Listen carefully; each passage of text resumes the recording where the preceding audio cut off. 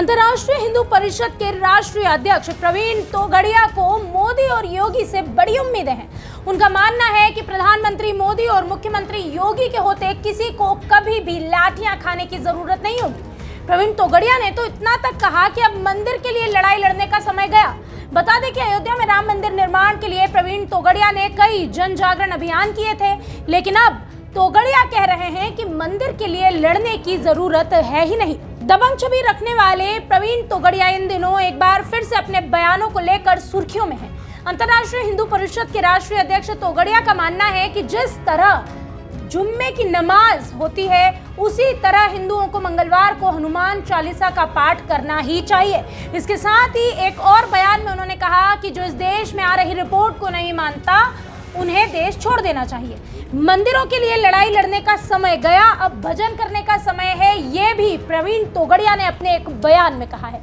आइए अब आपको बताते हैं कि इन दिनों प्रवीण तोगड़िया इस तरह के अलग अलग बयान क्यों दे रहे हैं, इसके पीछे की वजह क्या है। हाल ही में तोगड़िया ने बढ़ती मुस्लिम जनसंख्या पर चिंता व्यक्त की। उन्होंने कहा कि मुस्लिम जनसंख्या पर नियंत्रण करने की बेहद आवश्यकता है। इस दौरान उन्होंने ये भी कहा कि जिस तरह मुस्लिम जुम्मे की नमाज अदा करते हैं, ठीक उसी तरह हिंदुओं को भी मंगलवार को हनुमान चालीसा का पाठ करना ही चाहिए। बता दें ये बात उन्होंने धोबाई के एक कार्यक्रम में कही थी। इसके बाद ज्ञानवापी में आई सर्वे रिपोर्ट के बारे में भी उन्होंने बयान दिया। तोगड़िया ने एक पत्रकार वार्ता में ये कहा कि ज्ञानवापी परिसर में शिवलिंग स्थापित है, इसलिए ये परिसर हिंदुओं को सौंप दिया जाए तो अच्छा। तोगड़िया ने इस पर यह भी कहा कि जिसे एएसआई सर्वे पर विश्वास नहीं है वो दूसरे देश में जा सकता है। अंतर्राष्ट्रीय हिंदू परिषद के राष्ट्रीय अध्यक्ष प्रवीण तोगड़िया ने कहा कि ज्ञानवापी परिसर को हिंदुओं को सौंप देना चाहिए।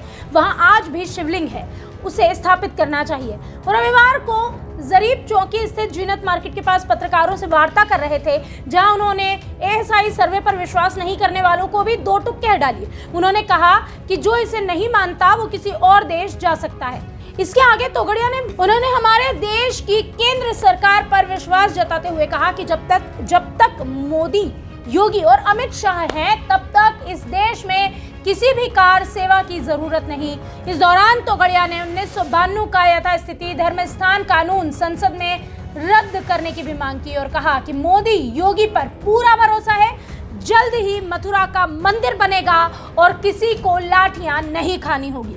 उन्होंने जनसंख्या नियंत्रण कानून की बात भी की और कहा कि अल्पसंख्यकों की बढ़ती हुई जनसंख्या पर रोक लगाना बेहद जरूरी है। प्रवीण तोगड़िया हमेशा अपनी इसी छवि के लिए जाने जाते हैं। उनके दबंग अंदाज को लोग जानते हैं।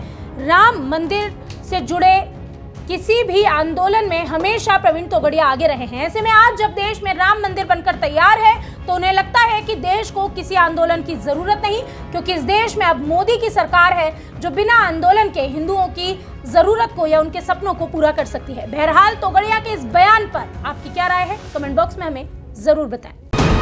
वीके न्यूज, राष्ट्र के नाम।